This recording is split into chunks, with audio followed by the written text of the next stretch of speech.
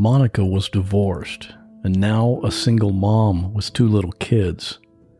She wasn't looking for a relationship. Kevin was a nice guy, and he'd never been married. When they first met, there was a chemistry between them, but Monica was reluctant. Fortunately, Kevin was persistent. This is their story, and it's a good reminder for all of us. When you have someone you love, be sure to appreciate the time you have with them now, because sometimes the unexpected can change everything. Real people in unreal situations. There is a man standing in front of me in my bedroom. My friend has been shot. I'm literally inside the river, and I'm inside my car. He had told me multiple times that he was going to set himself on fire. If you say my name or try to look at me, I'm going to kill you. And he was just sobbing. He said, Mom, tell me you're going to be okay. And I jumped on the hood of the car, and I held on. And I looked into the garage, and he was hanging from the rafters. I had somebody standing on my neck. He's better to me dead. I want him dead. I'm Scott Johnson, and this is What Was That Like?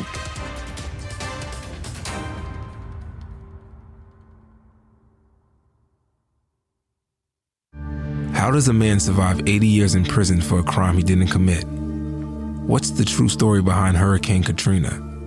Why did 9-year-old Aisha Degree pack a bag in the middle of a stormy night and disappear? And how did serial killer Samuel Little kill 80 people without the police finding out? These are the stories you won't find on other podcasts. The stories that often go unnoticed. The victims that are lost to time. Writer-producer James Hayes, sound designer and co-producer Liam Fox O'Brien, and host Carl Ellis Grant will answer these questions in Another Shade of Crime, a monthly true crime podcast about crimes committed by and against people of color. Because crime does not discriminate. Find us on iTunes, Spreaker, or anywhere podcasts are found. How did you and Kevin meet? Well, we met.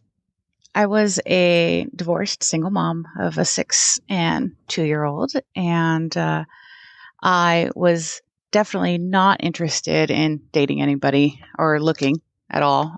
But I was working at a bank, and he came in one day and wanted to open a bank account with me.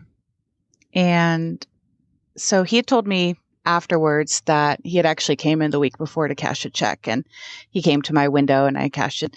I don't remember any of that, of course, but you must have made quite an impression that day, huh? Right. Right. And he decided to come back and basically open a bank account that he didn't need, just to get to sit down with me in the office and talk with me. So, I was very professional. I went through the whole account opening process. But what I had noticed was I felt really comfortable around him. He made me laugh. We were just kind of talking about different things. Like, we were talking about The Walking Dead and what had happened in the latest episode. And it was nice to be around a guy that I didn't feel like, anxious or awkward, or I felt very comfortable talking to him like I had known him my whole life. That's an interesting approach, to plan to open a checking account that you don't need. Right? That is novel. So I didn't really think much of it. I just thought like, oh, he was a nice guy. Okay. I got a bank account open. Yay. But I think it was maybe the day after he had actually found me on Facebook. And I was thinking like, oh no, creeper. This guy found me on Facebook. What does he want? He had sent me a message, just saying, hi, how's it going? And I completely ghosted him for months because I was like, no, this is weird. He's a customer. I'm not going to friend him. I don't want him to see anything about my personal life. I wanted to keep the relationship professional. But so I felt kind of bad because he was really nice and definitely could have been a friend.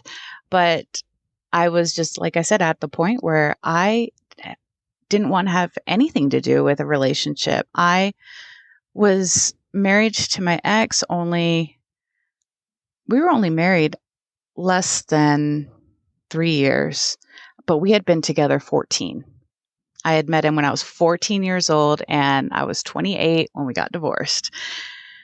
So I don't think I even knew how to flirt or how to date or any of that.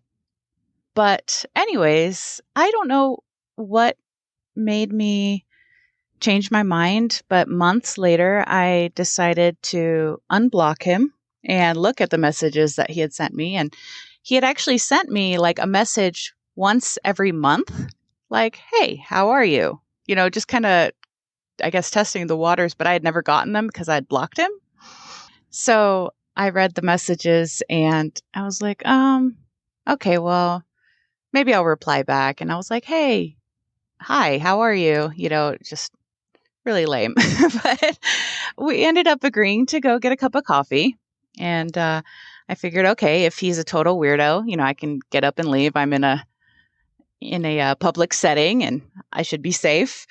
We ended up sitting there in the Starbucks near my house, and we sat there for almost 4 hours just talking. And it was so easy to talk to him. And he was funny and he was intelligent. And I mean, right away, like I said, I got that feeling again, like, oh, like I feel so safe and comfortable. And I feel like I can be honest and be myself around this guy. So I was honest with him. I told him I didn't want a relationship. I wasn't looking for anything like that. I had 2 small kids, just focusing on my life. And he said, that's fine. He said, let's be friends. And I was like, oh okay. Well, we know how that ended up. So we ended up more than friends. But he really won my heart, just and consistently, just really nice. And part of me was like, okay, waiting for the other shoe to drop. Like, okay, what is this guy hiding? Like, what's wrong with this guy that he's, he was 37 when I met him, and he's not married. He doesn't have any kids. He lives in his own house. I'm like, okay, so what's wrong with him? Yeah, why isn't he taken already? Right. But he had been in a relationship for about 8 years and had recently got out of it. And from what he says, it was a pretty bad relationship. She was very demanding. So we kind of both came from bad relationships. And as adults, we kind of just put everything out on the table. And I told him, I said, let's be open and honest about everything, about finances, about expectations, about needs and wants. And let's try to do this in a healthy way, and I'd never had a healthy relationship before. Even seeing my parents' relationship growing up, it wasn't a healthy relationship. I didn't really have anything to go off of, but it was just so easy. It was so easy just to coexist, and it was fun. And we had so much fun. We did so many things.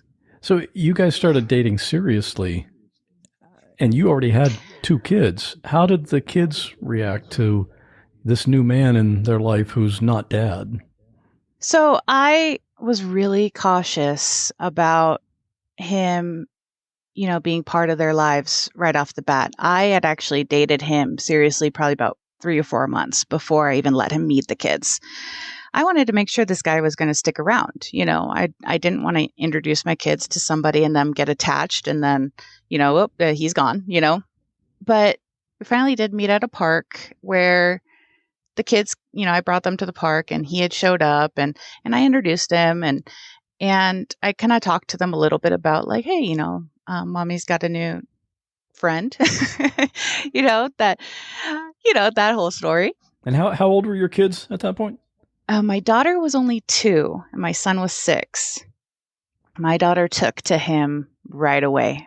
She was absolutely infatuated with him the first day that she met him. And it was so funny because he was this big guy. He was 6'2", broad shoulders, big guy with a big old beard. And she was this tiny little thing with, dark hair and pigtails. And everybody would say that they look like Sully and Boo from Monsters, Inc. So, but she had him under her thumb the minute they met, and they were buddies. They did everything like together, and she would always want him to pick her up. The very first thing she actually had ever said to him was, "Kevin, funny." So she understood too. He was a fun guy. He was funny. It seems like he was kind of a good match for everyone in your family. Yeah, definitely. My son, it took a little bit of warming up. I think my son, even at age 6, had a lot of feelings like, I need to be loyal to my dad and loyal to that relationship. So I can't like this guy that much, you know? And I think that's kind of where he was coming from. My son had a lot of emotional issues when Kevin and I had first met. And my son would have these fits where he would just scream and cry and kick. And it was awful. But it was, later I found out it had a lot to do with anxiety. And me and his dad divorcing, and his dad at the time was an alcoholic. He's been sober now for, almost 4 years. But he would throw these tantrums. And I remember one time Kevin was over at our apartment and my son was throwing this tantrum, and I looked at Kevin and I just started bawling. And I'm like, you don't have to deal with this. I know that, you don't want to deal with this. You can leave. It's okay. I was giving him the out because I was like, this is when you have kids, you have the ups and downs and you have the hard times. And I didn't think he knew, what he was getting himself into. At that point, I was like, when you get with somebody with kids, my kids come first. And I didn't know if he was ready for that, but he had basically raised his niece and nephew. So he was really in tune with kids. He was a big kid himself, but he really helped me through that time because he told me, he's like, okay, well, he's doing this for attention and, you need to put some ground rules down. And I'm like, whoa, this guy's telling me how to parent my kid. But he did it in such a respectful way that he was like, hey, have you tried this? And I was like, oh, no. Okay. And so I did, and things were getting better. I had signed up for Love and Logic parenting class, and he went with me. I didn't even ask him to. And he was like, I'm going to go with you so I can learn this stuff too and help you out. That's just the kind of guy he was. He was invested in the very first day. Take us through what happened starting on Saturday morning. So the kids would go with their dad on the weekends. So it was really nice because Kevin and I got to spend one-on-one time during those times, and just really reconnect during the weekends. And we would always do something fun. We went to so many concerts and Comic-Cons and events and festivals, and he really loved going out and doing those kind of things. So we had not really planned much that day, but we slept in and we ended up going to the mall and watching a movie that had came out, and we were just hanging out. We went to the mall, we, got some ice cream, and then he had looked up on his phone that there was going to be a tattoo expo at one of the casinos nearby in town. So he's like, hey, you want to go to this? And I'm like, sure. And he had no tattoos. I did, but he just knew that I liked to go to anything that was like arts and crafts to get inspired. I'm an artist myself. And so he was like, hey, and casino. So let's go. So we ended up going and kind of lost interest in the tattoo expo pretty quickly, but we ended up gambling and having fun. And when we left, it was probably about 9:00 at night. And he's like, I'm hungry. And I'm like, I'm not really hungry. So he got this pastrami sandwich from the casino. And I remember he was driving us home, and he was eating the sandwich, and he's like, oh my God, this is the best pastrami sandwich I've ever had in my life. And I'm like, what? Really? And he's like, this is so good. He's like, have a bite. And And I was like, no, thanks. That's okay. And he was like, oh, this is just so wonderful. I don't know why this tastes so good. Anyways, so we ended up going home. We stopped by Walmart on the way back to get some things for the house. And we were putting together the kids' bunk beds in their bedroom. And we had finished putting together the bunk beds that we had gotten them. At this time, we were already living together. He had this 3-bedroom, 2-bath house that he was living in that he rented from his brother. And I had this 1-bedroom little apartment. And we were kind of at that point in our relationship where it was like, oh, okay, this makes sense. So we were living together. And I just remember him saying like, hey, I'm getting kind of tired. It was like already close to 1 a.m. And he turned on a pre-recorded football game and he got into bed and I got into bed next to him. And, I remember the last thing of me saying was, I love you. Good night. And he would kind of do this thing where he would like itch my head to like put me to sleep. I don't know. It was just something so endearing, that just so comforting. And I fell right asleep. So it was Sunday morning. Again, the kids were with their dad that weekend and he had to work. He had to be at work, I think either 9 or 9:30. And I had woken up and he was notorious for not setting his alarm. And so I knew, might as well nudge him and make sure he's getting up for work. And I was off that day, so I was going to sleep in, but I remember kind of nudging him and he didn't respond. And then I kind of like nudged him with my foot on his leg. And I remember it being cold. And I was just thinking, maybe it was cold because, the blanket was off of his leg and we lived in this brick house that didn't have carpets. So it got kind of cold at night. And he didn't respond. I was like, Kevin, wake up. So I got up and I went around to his side of the bed and I kind of shook him and I was just a split second. I thought he better not be screwing with me. Like he, pretending that he's asleep, but then I'm like, oh my God, I hope he's screwing with me. I flip on the light next to him and he had, a sleep mask on because he had sleep apnea. And I remember just ripping that mask off his face in a split second. And I noticed his face. And this was a really hard thing to get out of my mind for a long time. But his skin was like a pale, like grayish blue. And his lips were purple. And I was screaming at him, Kevin, wake up. Kevin, get up. And so I grabbed my phone and I called 911 and I'm telling this lady on the phone that my boyfriend's not waking up. And so she's asking me, where do I live? And my mind is just going, I don't even know what's going on at this point. I'm freaking out. And I remember her telling me, okay, you need to start doing compressions and can you breathe into his mouth? I said, his lips are purple and his tongue is kind of sticking out. And his eyes were closed. And so she instructed me to get up on top of him and start doing chest compressions. And she was, telling me to count to 4. And I was doing these chest compressions. And then she told me, is the front door unlocked? And I'm like, no.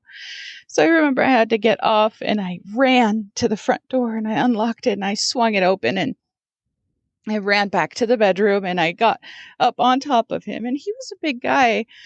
So I literally had to sit on top of him to do these compressions. And I'm just screaming 1, 2, 3, 4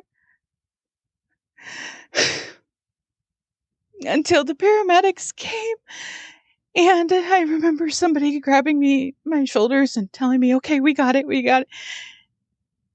I went into our living room and I just crumpled onto the floor. And I couldn't believe that something like this would happen.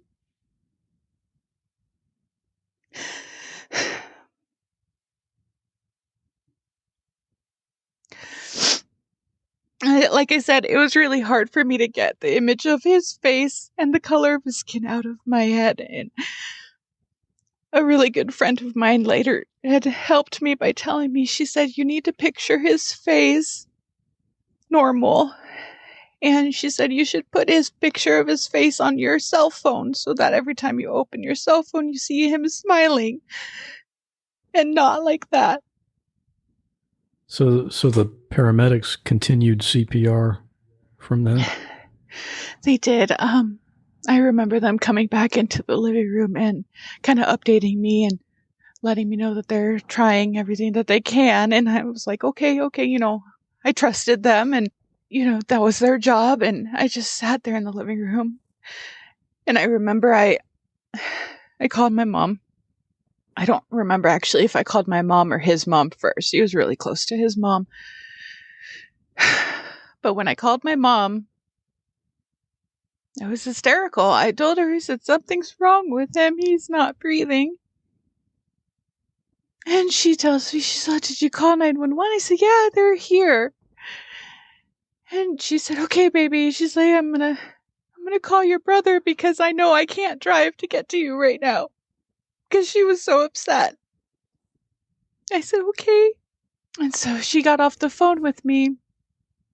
And I called his mom and I said, something's wrong with Kevin. I didn't want to say that he was dead because I didn't know. I didn't know if they could bring him back. I just remember her voice. God, she just was screaming, what? What? I said, you need to get here now. She didn't drive, so she had to wait for Kevin's nephew to come get her. Kevin's nephew was actually really close to my age.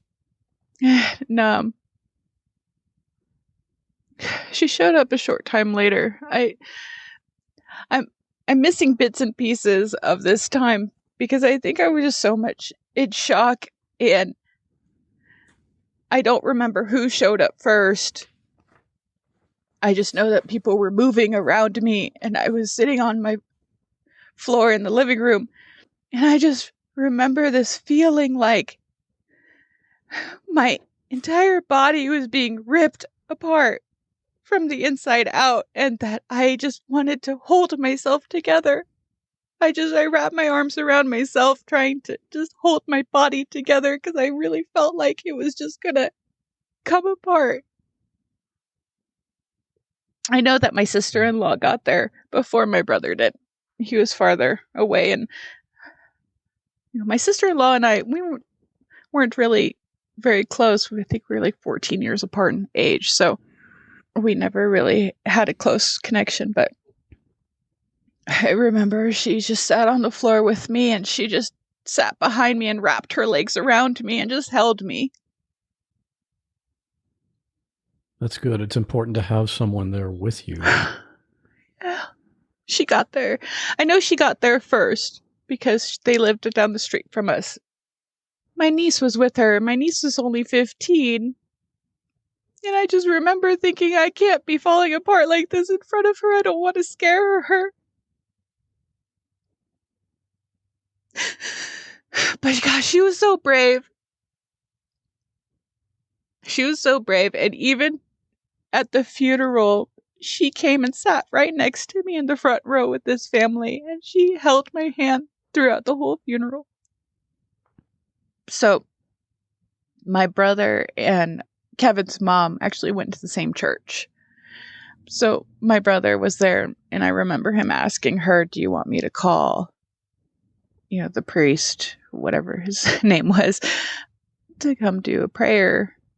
And the priest ended up coming, and I'm not religious. I was raised Catholic, but as an adult, I've chosen to not identify with a specific religion.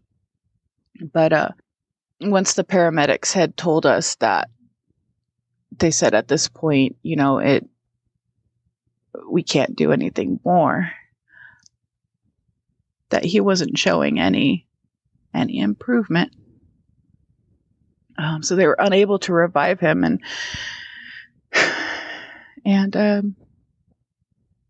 Kevin's mom and I went into the bedroom, and Kevin was laying on his back on the bedroom floor.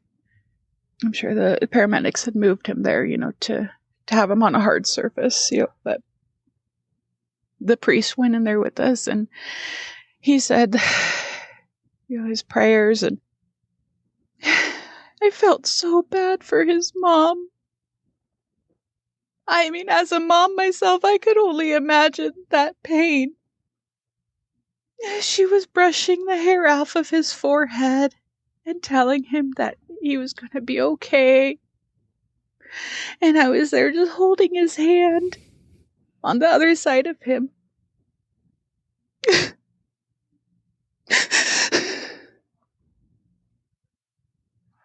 I would say based on his appearance, he probably had passed hours earlier. Would that? Yeah. You think so? Yeah. I remember one of the paramedics had said that they didn't think that it could have been a heart attack or stroke, because he would have, startled awake or sat up or moved, in a way that would have woke me up. I was right next to him all night. For a long time, I had a lot of regret, because I was wishing that maybe I had gotten up earlier that night and gone to the bathroom and checked on him. So ultimately, on the death certificate, they put it as cardiac arrest. His mom didn't want to do an autopsy. And I understand. I know that could... Kevin didn't like doctors. He didn't like the idea of surgery. He wouldn't have wanted to. But it's hard not knowing exactly. That's what I was just thinking. It's got to be difficult to not know actually what happened. Yeah. Like I said, he had sleep apnea. But, in the 3.5 years we were together, he had never went to the doctor for it. And I had asked him once, I didn't really know much about sleep apnea, and he was like, yeah, I've had this machine for like 8 years, and he had gotten it at a yard sale. And like I said, like now, like hindsight, I should have been like, no, you need to go to a doctor and actually, like, I don't know, are there settings that should pertain to you specifically?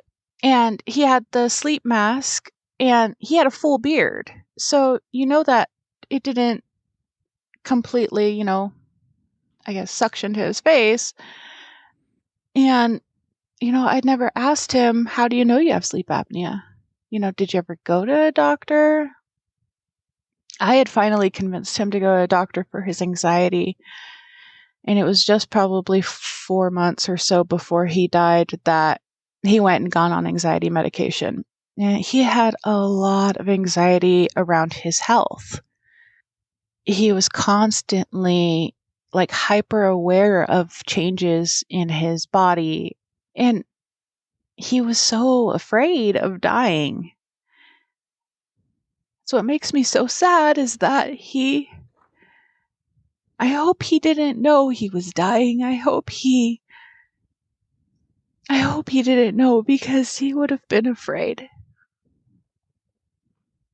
I remember that day, at one point, a female police officer had taken me into the spare bedroom and sat down with me and asked me some questions. And I remember another person being in the room, and I don't exactly remember who it was, but it was a friend of mine. And the police officer was asking me, questions about what had happened, if he had been sick, or, just kind of getting the idea of what happened? Like, obviously they come on scene and there's a person that's dead. And for a split second, I thought, oh my God, what if she thinks I killed him? How do I prove that I didn't kill him? And I mean, I guess if you would have seen the state I was in, then you probably would have guessed that I didn't. Plus, I was doing CPR when the paramedics arrived. That is kind of surprising because usually that's just routine, to investigate someone who dies at home. Yeah, I mean, if you would have known us personally, you would have known that I had absolutely nothing to gain from him passing, and I had everything to lose. How long before the kids came home? So, after they had removed Kevin's body from the house, a friend of mine drove me to my mom's. And this is actually the first time I saw my mom since I had called her that morning. And I just remember plopping on her couch and just sobbing. My old boss and my other manager that I had recently at my job at the bank had came to my mom's house. And we were all really close. We were really close-knit family, work family, and they sat with me and talked with me, and I'm like, how am I going to tell my kids? Are they even going to understand? So my daughter was 5 and my son was 9, and we hadn't really had anybody pass away in our family. Especially not somebody that they just saw, 2 days before. I remember my ex-husband brought in the kids to my mom's and I was sitting on the couch, and the looks on their faces at first when they walked in the door, they were excited to see me. And then their expressions went to like confusion. Like, why is mom crying and why is she here? And they walked over to me and I told them, I said, babies, I have something very sad to tell you. I said, last night, Kevin passed away. And my daughter just looked at me and her eyes got so big. And then her face just twisted into a cry. And she just cried out. And I was like, how does she even understand what this means? And my son just crumpled into his dad's arms. And I was holding my daughter and my ex was holding my son. And we just held each other and just cried. And I said, do you know what that means that he passed away? And my daughter looks at me and she says, he's dead.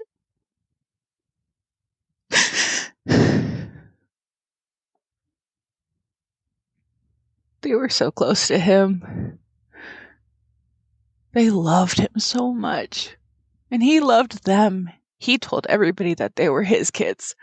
He would tell me, he says, I don't know how you did it, but you had my daughter before I even met you. As hard as it is for you, it's got to be so difficult to see your kids in pain. Yeah. That was so hard because, part of me inside me knew that I'm going to survive this. But as a parent, you don't want anything traumatic happening to your kids. You want to protect them. You want to make everything okay. And I couldn't make this okay for them. This happened about a year ago. Actually, from today, our recording date, tomorrow is 1 year. Exactly. How are you coping now? How are you doing?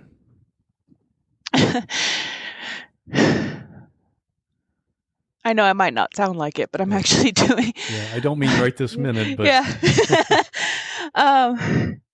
No, I am doing as good as could be expected. When I got divorced from my husband, I was 28 years old with 2 tiny kids, and I had to go into survival mode. I had to find us a place to live. I had to support them and raise them, and I had to start over from scratch. And I think, after a couple of days, I realized, okay, I need to go back into survival mode, and I know what I need to do. I couldn't live in that house again after that. I couldn't stay there.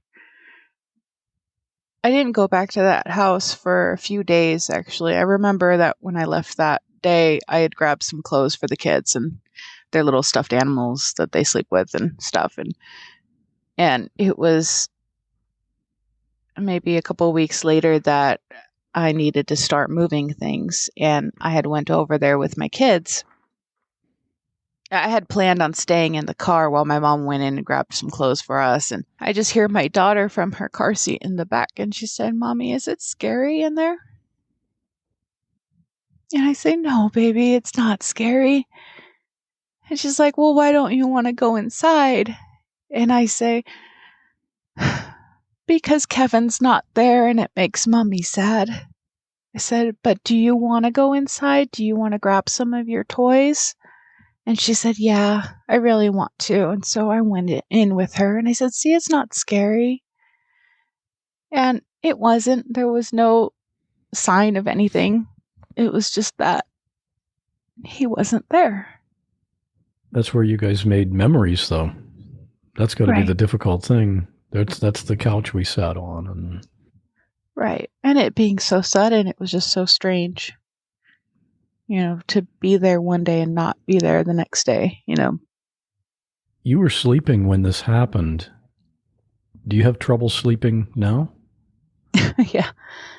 Yeah, definitely. So I didn't go to therapy right away.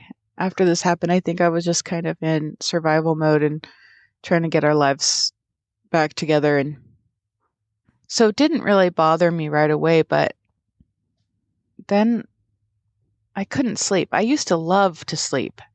I would sleep 12 hours a day if I could. But I was having trouble falling asleep and staying asleep. I would wake up in the middle of the night, 5 or 6 times just to check that the kids were still breathing. And then I would have trouble falling asleep because I would start obsessing over the thought of, what if I died in my sleep and my now 10 and 6-year-old wake up and they find me that way? And what are they going to do? Do they know to call 911? Do they know to call, their grandma? Would they be able to even open the chain latch that I have on our door? Like, it's way up high to let paramedics in, or, oh my gosh, and then just the impact if they were to find me that way. I wouldn't want them to find me that way. So eventually I had already had a psychiatrist, because after I had my daughter, I was diagnosed with postpartum depression. And so I was already on medication for anxiety and depression, but he had prescribed me like an extra anxiety medication, like as needed. But then I'd be afraid to take it because I think that, what if it slowed down my heart and I died from taking this medicine, But I eventually did go to therapy. It helped a lot. It helped to know that what I was thinking and what I was feeling was normal. And that it's completely understandable to be afraid to go to sleep when we don't know what happened. So therapy definitely helped you then. Oh, yeah, definitely. And even talking to my mom and talking to my best friend, it's not the same as therapy. And I know some people think that it is, but it's not. It's when you have a good therapist or a counselor that you can talk to, it's much more effective because you can be as detailed without worrying about what this person thinks or worrying about how they feel about what you're saying. You know, when you have personal relationships, you say, oh, well, I can't tell them that because it would upset them. So with the trained therapist, I could tell her all the details like I'm telling you today and work things out through my head. If you were to describe Kevin to someone, what would you say? He's a great guy. God, he made me feel so adored and loved and safe. And he even put up with me when I was in a bad mood for no reason. But he was such a fun-loving guy. Being with Kevin was like when you're in your car driving with the windows down and the music up and you're singing along and just that feeling,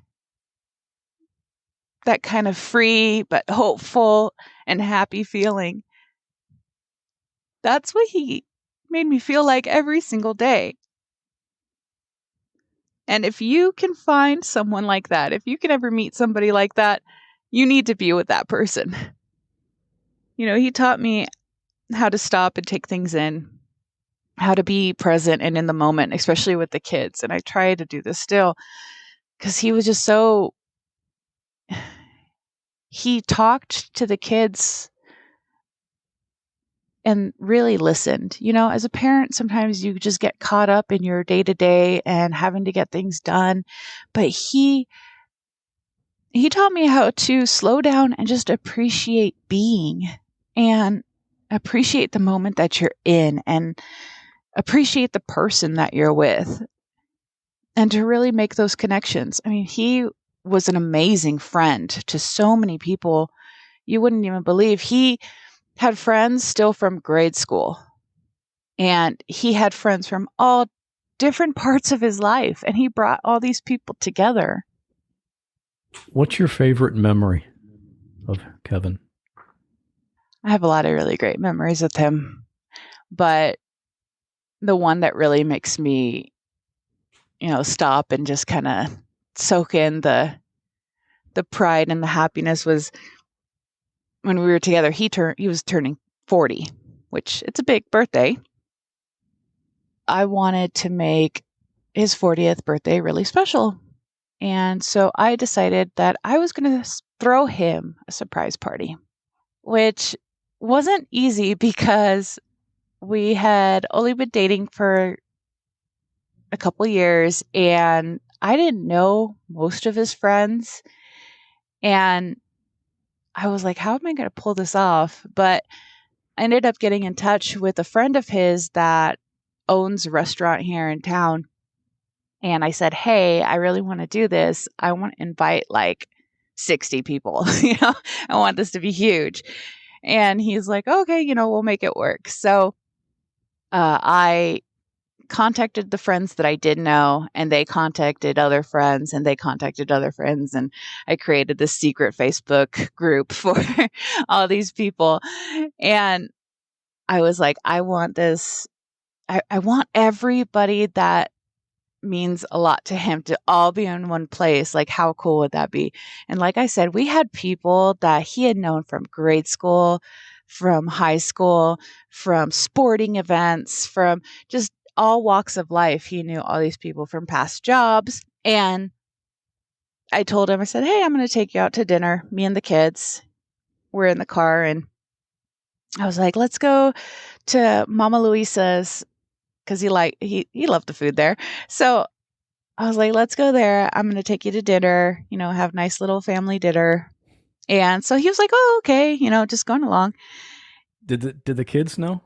Yes, but they, you know, kids are so bad at keeping secrets. That would have made me nervous. Yeah. Yes. And I was just like, you can't say anything. Don't say anything. So it was just so funny because they were so excited about this too, because they were in on the secret. So we walked in, and of course he's carrying Lindsay, and we have this on video, like from probably 4 different angles. And he walks into the restaurant. We walk like kind of towards the back area where there's like a lot of bigger tables.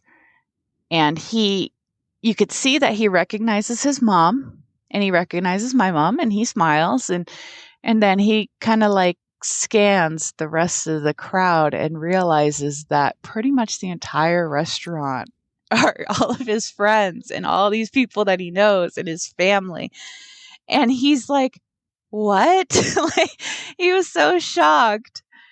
People he hadn't seen in years. We had people coming from Phoenix and Florence, and we live in Tucson, and it was so great. We were able to take pictures of like groups of friends. Like, he didn't have pictures of all of his friends together like that, and his friends had kids and they were all there. And it was just such an amazing time. And he could not believe that I had pulled it together and was able to do that. And even his friends still, now they tell me, thank you so much. Unfortunately, for some of them, that was last time they had seen him. He had just turned 41 when he died. Hang on to that memory. Yeah. Well, that was a tough one. But Monica did great in getting through that, didn't she? After we spoke, she told me that she's really glad she decided to do this, because now she doesn't have to worry about keeping all those little details in her head anymore. It's all recorded here forever. And her kids, and maybe her grandkids, can someday listen to this and know what happened and what she went through. And I wanted to let you know, another episode of Raw Audio is now live. The Raw Audio episodes are bonus episodes that are available to anyone who supports the podcast for just $5 a month. The newest episode is Raw Audio 13, and it includes a man who is desperate to get help for his fiancée who is choking. And this call generated some controversy about how the dispatcher handled it. What was she choking on? I don't know! Okay, you need to calm down, okay? The ambulance is on its way. A man who accidentally left his young child in the car. No! No! 911. Please get somebody to hit me immediately. I'm at the intersection of James and Fair Oaks. My son was left in the car, and I think he's dead. Hang on. And a police officer who decided the stress was too much for his family. And I killed her because she's in such chronic pain from her neck and back and on more medicines, and she's not going to survive. You get access to all 13 Raw Audio episodes as well as the future ones when you sign up to support the podcast at whatwasthatlike.com/support. And check this out. You remember the recent episode about Gil, who fell 100 feet off a cliff while hiking? Well, I recently got this voicemail from a listener who heard that episode and made a surprising connection. Hey, so I have been a long-time listener, and I really enjoy your podcast. I was listening to Gil's story today, and I heard them say that they were brought to Astoria in Oregon, and it dawned on me that my cousin is a helicopter pilot for the Coast Guard and lives in Astoria, and I thought, there's no way that was him, but I had to go check, so I immediately sent him a message, and he got back to me, and yes, he in fact was the pilot of the helicopter that rescued Gil in that episode. So I thought that was pretty cool, and he's going to give the podcast a listen and hear Gil's side of the story. Small world, right? I thought that was pretty cool. And finally, to end the show, we have a short story from a listener. You might have noticed I've done this for a few recent episodes, and it's been pretty well received, so I think this is going to become a regular segment for the podcast. We'll just play out each episode with a short story from a listener. I mean, you can't have too many interesting stories, right? Stay safe. I'll see you in 2 weeks. When you find out that you're going to be on Shark Tank, you prepare yourself for a lot of different outcomes. You prepare yourself for the euphoria of getting a deal and getting an investment on live TV from one of your favorite sharks. You also prepare yourself for the possibility of humiliating yourself on national TV and having all your friends see what an idiot you look like. What you don't prepare for is violence. When my business partner and I showed up in LA, it was after a long flight, and just so you know, they don't send you down in first class. They send you down in Southwest Airlines on the cheapest ticket they can get, and I sat in the center seat and was exhausted when we got there, so we went out drinking. At the bar where we were drinking, there were a couple other contestants, including one who was very obnoxious and insisted on showing us pictures of his cars and his watches, bragging about the money that he had made developing apps. Soon, this guy went from being a blowhard to an asshole, and he started to harass the bartender. At that point, he said some things that were very offensive, and I proceeded to remove him from the bar. I put him in a little arm lock and I threw him out. I'm not a tough guy. He was just a small guy, which enabled me to do this. I returned to the bar, and the nice folks who were sitting around the bar gave me a little ovation, which felt good because I never do this kind of stuff. I sat down, I had another drink, and within a couple of minutes, out of the corner of my eye, I see him running from the kitchen at me, and he runs up to me and punches me square in the temple. It didn't knock me out, but it hurt and made me dizzy. And the first thing I did is I put him into a headlock, and I was going to start to punch him. And my business partner said, "Don't do it. Do not jeopardize our chance." The manager of the restaurant came up and said, "Hey, I can have the Culver City Police here in 5 minutes." And I said, "You know what? Don't worry about it. Let's just get him out of here," and lock the door behind him. The manager took him out, and he never came back. The next morning in the hotel lobby, I run into the guy, and he pretended not to remember what happened, which actually was probably the best course of action, because that way there was no uncomfortable, "I should have kicked your ass" moments. It was just an odd exchange between me and some dude who was pretending to be blacked out. The irony of this situation was that the product that this dude was there to pitch to the sharks was an anti-bullying app. His segment never did end up airing, so he has nothing to do with Shark Tank, and there's no way anyone could find out who this guy is. But the long and the short of it is, anything can happen when you go on Shark Tank, including getting punched in the head. My name is Matt Franklin, and since my appearance on Shark Tank, I've started a podcast called The Rogue Retirement Lounge, and it's all about retirement planning for entrepreneurs.